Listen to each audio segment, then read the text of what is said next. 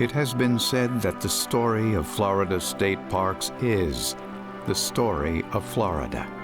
A story that reaches back in time like the roots of an ancient oak tree. It began as a quest to conserve the natural places for future generations and endured as the story of men and women who struggled to preserve what are and will forever be the heart and soul of Florida. This is the story of Florida's state parks.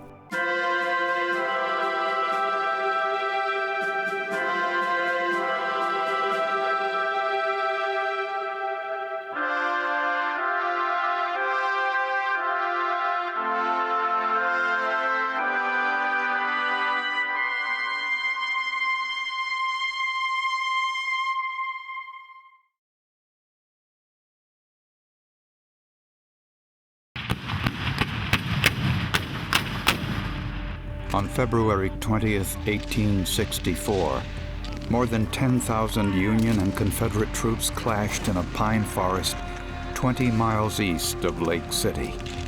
The Federal forces had been dispatched from Jacksonville to cut off the Confederate supply line to its army in the north. The Battle of Olustee ranked as one of the bloodiest battles fought in the Civil War and one of the fiercest fights that men had ever seen. Federal forces suffered 40% casualties, double the number lost by the Confederates. The battle ended as a significant Confederate victory.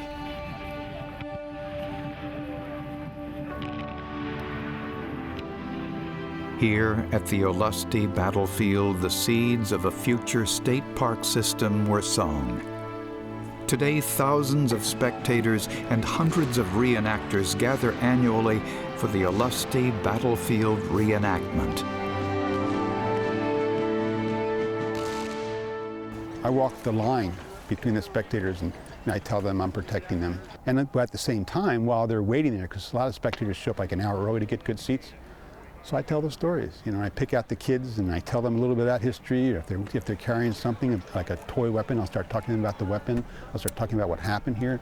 Because if you're a true living historian, you can never shut up. You've got to do that. It's a wonderful experience knowing that someone's walking away with something they didn't have before. In 1913, nearly 5 decades after the war, the Olustee Battlefield Monument was dedicated at a ceremony attended by Civil War veterans from both sides. It became the first historic site in Florida's future state park system. The United Daughters of the Confederacy once raised funds to build the monument. Today, they interpret its history while paying tribute to the fallen soldiers. Rob Duggar is my sweetheart's name.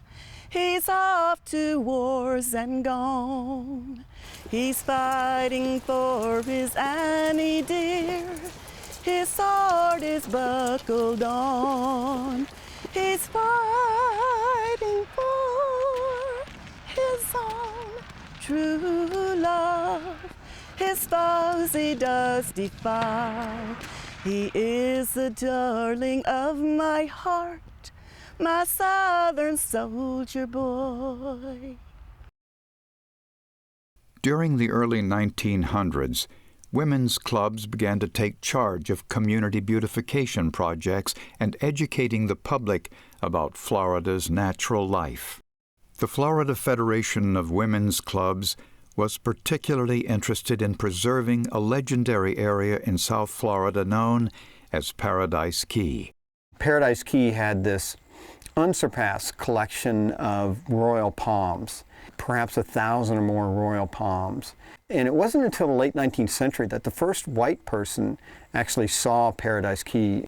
Members of the Federation, including Mary Barr Monroe, an early pioneer in South Florida, became increasingly concerned about protecting the native royal palms at Paradise Key.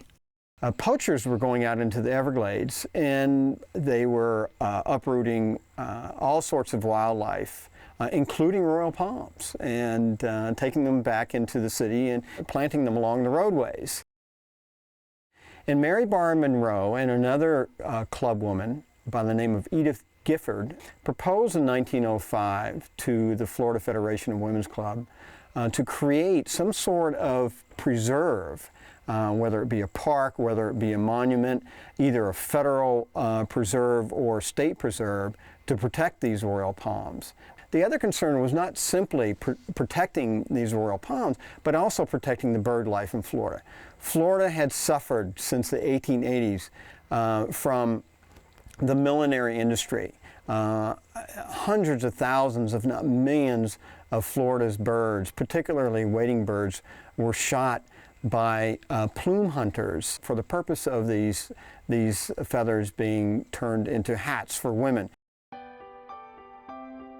The Florida Federation of Women's Clubs adopted a resolution to create a park at Paradise Key, but took no action until Mann Jennings was elected club president in 1914.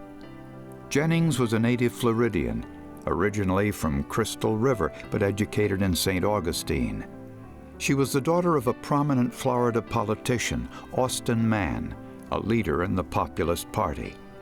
At an early age, she developed a strong connection to the natural world. She was a real go-getter. She had political connections through her father and then later through her husband, William S. Jennings, who became a governor of Florida at the turn of the century. With supporting arguments by her husband, Jennings delivered a bill to the Senate and House of Representatives. 960 acres of state land were set aside to create the park, along with an equal share of adjacent land donated by Mary Flagler, a club member and the widow of Henry Flagler. The first area to be called a state park in Florida was created by legislative action June 5, 1915. Royal Palm State Park was dedicated 1 week before Thanksgiving in 1916 during the annual convention of the Florida Federation of Women's Clubs in Miami. On the day of the dedication, 165 automobiles gathered at the Halcyon Hotel in Miami. This palatial place studded by royal palms, ironically. And from the Halcyon Hotel, these 165 cars formed a 1 mile long motorcade that took hours to drive out to Royal Palm Park at Paradise Key. Hundreds of people showed up for the dedication. Speeches were made celebrating the new park, while visitors experienced its natural wonders. Royal Palm State Park was open for business. Mann Jennings had an image of what that park should look like, what the landscape should look like. And she consulted a number of naturalists about how she might relocate certain vegetation somewhere in one place or the other. And they literally raided other hammocks for plants, for royal palms, and brought them to the hammock at Paradise Key and replanted them there. There was one Florida naturalist who said, no, this is offensive. This is an insult to nature. You need to leave things as they are. And that was Charles Torrey Simpson. Simpson described Paradise Key in the April 1916 issue of Tropic magazine. As I gaze with awe and rapt admiration on this work of the great master, I feel that it is perfect, as beautiful as it is unique. But he also laments, no matter how beautiful any work of nature is, our people are possessed with the desire to improve it. This is part of Mann Jennings' brilliance. She had tried to convince the state legislature to create a state park system. She said, look, we're running Royal Palm down here, we're doing it by ourselves. How about a little help from you guys? And while you're at it, let's create some more parks for the people of Florida and for our tours. The Florida Federation of Women's Clubs continued funding Royal Palm State Park, but later signed the deed over to the U.S. Department of the Interior for the creation of Everglades National Park. So in 1925, Mann Jennings and her son, Brian Jennings, who's now a state legislator himself, like his father was, they author a bill to create a Florida Park Service, and it's passed, but it's not funded. So even though it passes in 1925, it's dead on arrival, so nothing happens with it. 2 years later, 1927, she and Brian write another bill to create the Florida Forestry Service. And she had always hoped that the Florida Forestry Service might eventually encompass a Florida Park Service as well. She even writes some articles in local papers. She campaigns, we need a Florida Park Service. We already have a law in the books. Why don't we just fund it? Nobody's interested. By the late 1920s, the land boom had ended. Hurricanes devastated the lower peninsula, and the stock market crashed. Florida was hit hard by the Great Depression. In January 1933, Dave Schultz was inaugurated as Florida's 26th governor. Meanwhile, President-elect Franklin Roosevelt waited for his own inauguration in March. Franklin Roosevelt's on vacation. He's fishing off the coast of Florida. At one point, joins a parade in Miami, Florida. He's with the mayor of Chicago, a few other dignitaries. And a local lone gunman takes a shot at the newly elected President-elect Franklin Roosevelt. Misses him, but he does shoot a couple of spectators and the mayor of Chicago. This happens in Florida. Dave Schultz is the governor, rushes down to Miami. Press, of course, is covering everything. He accompanies the Chicago mayor's body back to Chicago with Franklin Roosevelt, and immediately this connection's made between Governor Dave Schultz and Franklin Roosevelt. And it's good. And from that point on, Dave Schultz makes sure that he constantly is connected with Franklin Roosevelt. He becomes Florida's New Deal governor. Harry Lee Baker, Florida's first state forester, approached the State Planning Board with a proposal to create a Florida Park Service using federal dollars and Roosevelt's newly created Civilian Conservation Corps to build it. At the exact same time, Mann Jennings approaches the Florida State Planning Board, which was funneling all of these federal funds into Florida. And in February 1934, she gives a speech in front of them and again makes the argument that we need a Florida Park Service. The law is already on the books. She wrote it. This is a time to do it. And because of the New Deal, and because of the CCC, and because of the pressure on Governor Dave Schultz to do more, it is that one magical moment where finally the governor and the state legislature is willing to put up at least some money to create a Florida Park Service. With Governor Schultz's signature on the legislative act, the Florida Park Service was established in 1935 under the Florida Board of Forestry. For Mann Jennings and the women's clubs, the long-awaited goal had been achieved. C.H. Schaefer was soon appointed as the first director of the Florida Park Service. A few years before the creation of the Florida Park Service, Margaret Roebling, wife of engineer John Roebling, designer of the Brooklyn Bridge, was flying with her son over a native forest near Sebring, known locally as Hooker's Hammock. The sight of this woodland captured her imagination. It's not quite the redwoods of California, but it's as close as you're going to get in Florida. Huge 100-foot trees. I mean, some of the biggest trees you'll see anywhere in Florida. And it used to be much of Florida at one time, but by the 1929, this is one of the few left standing. Supposedly she turned to her son and said, somebody needs to save that hammock. But we do know that soon after this plane ride, she buys the property. And her husband, and her son go about developing it into a local park. Margaret Roebling died in 1930, nearly 5 years before her beloved park was completed. John Roebling continued funding his wife's dream and placed a stone monument dedicating the park to her memory. The park was initially known as the Florida Botanical Gardens and Arboretum. Later, a Civilian Conservation Corps camp was established to develop the area into Highlands Hammock State Park. Although the U.S. Army was in command of logistical operations like camp development, maintenance, food, clothing, and medical care, the National Park Service oversaw the actual park design and construction. CCC workers initially had to be 18 to 25 to join, although we do see some older workers, but most of them are 18 to 25.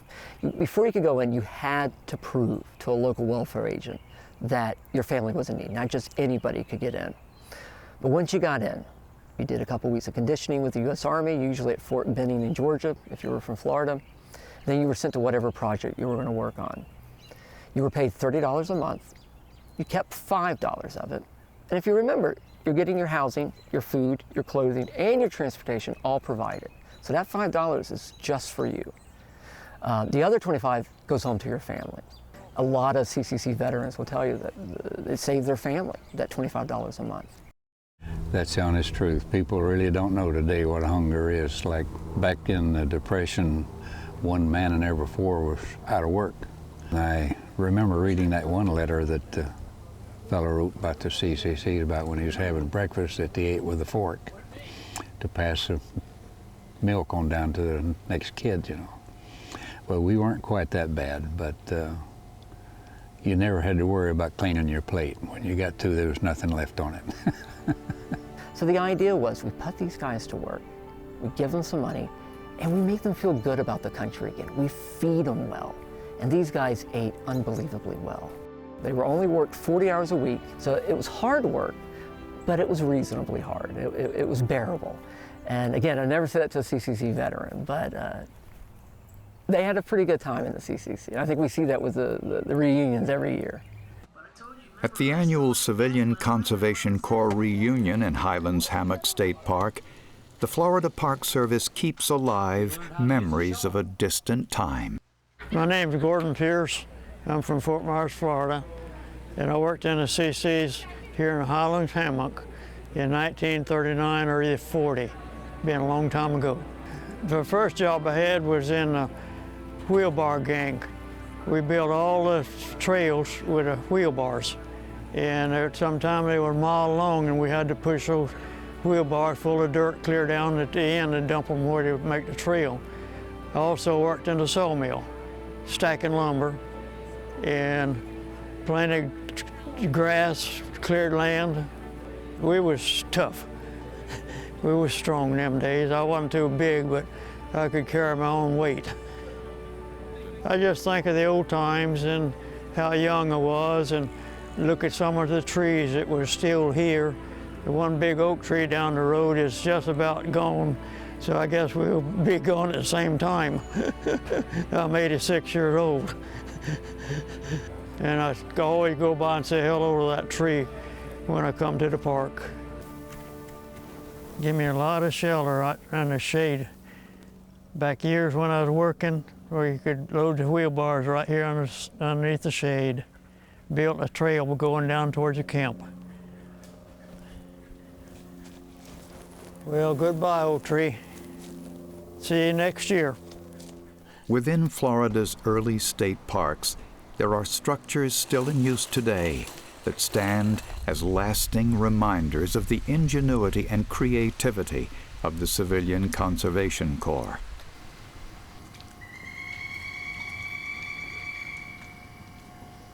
Alan Altvater was stationed at Highlands Hammock from 1935 until 1942 and became its second and longest-serving park superintendent.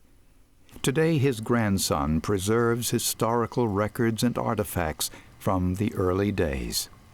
You know, one of the things that my grandfather wrote on the history of Highlands Hammock, it's nearly impossible to separate the various entities, whether it's the Tropical State Parks Association was formed, or the Botanical Gardens and Arboretum, the Roeblings input into it, and the CCC. It's a puzzle with lots of pieces that intricately fit together. In 1933, Mr. Ed Lambright was editor of the Tampa Tribune, and he was inspired to write this poem entitled "The Oak Replies," and I'll read you portions of it. It says, "I wandered in a silent wood to where an age-old oak tree stood, and leaning on its sturdy breast and peering through its lofty crest, I make my fickle fancies say, 'Friend oak, what is the time of day?' Then spake this venerable tree, 'And who are you to question me? I was a tree when Ponce sailed, Hernando fell, Panfilo failed? And what your name, your fame, your creed, a lifeless leaf, a wayside weed? What your brief hour of fears and tears against my immortal years? I will be here when you are dust, your plaudits mute, your treasures rust, and God will smile on me and say, friend oak, what is the time of day? They're almost done by 1933. They build a road going through this hammock so people can come in, see the big trees. They build a few picnic tables. They put some fencing in, some signage in. Then they hear talk of this Florida Park Service. And they say, look, if you can create this, we'll donate this to the Florida Park Service. They do have a few strings attached. There's a local organization to make sure that they honor their wishes, but that is why they're able to open up Highlands Hammock, opens its doors, after June 4th, 1935. In 1935 and 36, the Florida Park Service added 8 parks to the system, including the wild and scenic Myakka River near Sarasota. The land along its banks was once known as Meadow Sweet Pastures, a cattle ranch developed in 1910 by Chicago socialite turned rancher Bertha Palmer. Her scientific ranching methods were at first scorned by the old cattlemen, but later became widely accepted. The donation of this unspoiled tract of land formed the foundation of today's Myakka River State Park.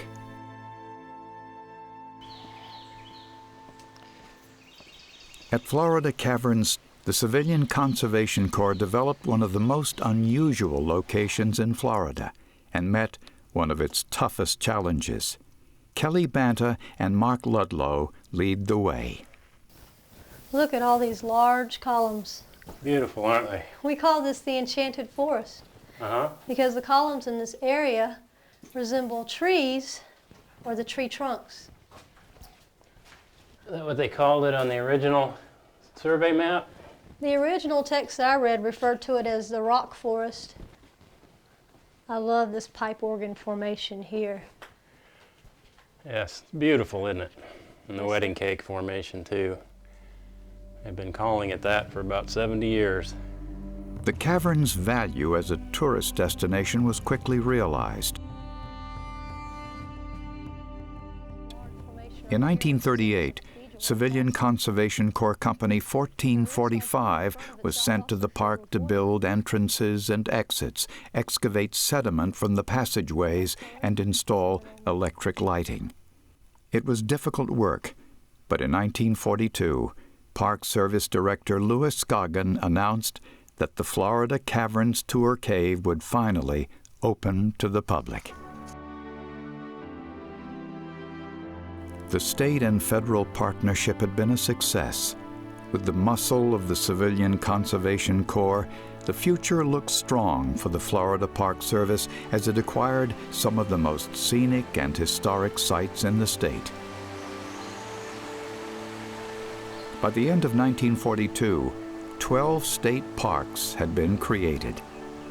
But national priorities shifted as the United States entered World War II. Washington required the Corps to work only on defense programs, and camps closed as young men rushed to join the military. Company 1445 left Florida Caverns in April of 1942, and the growth of Florida's state park system came to a halt. The CCC era had passed.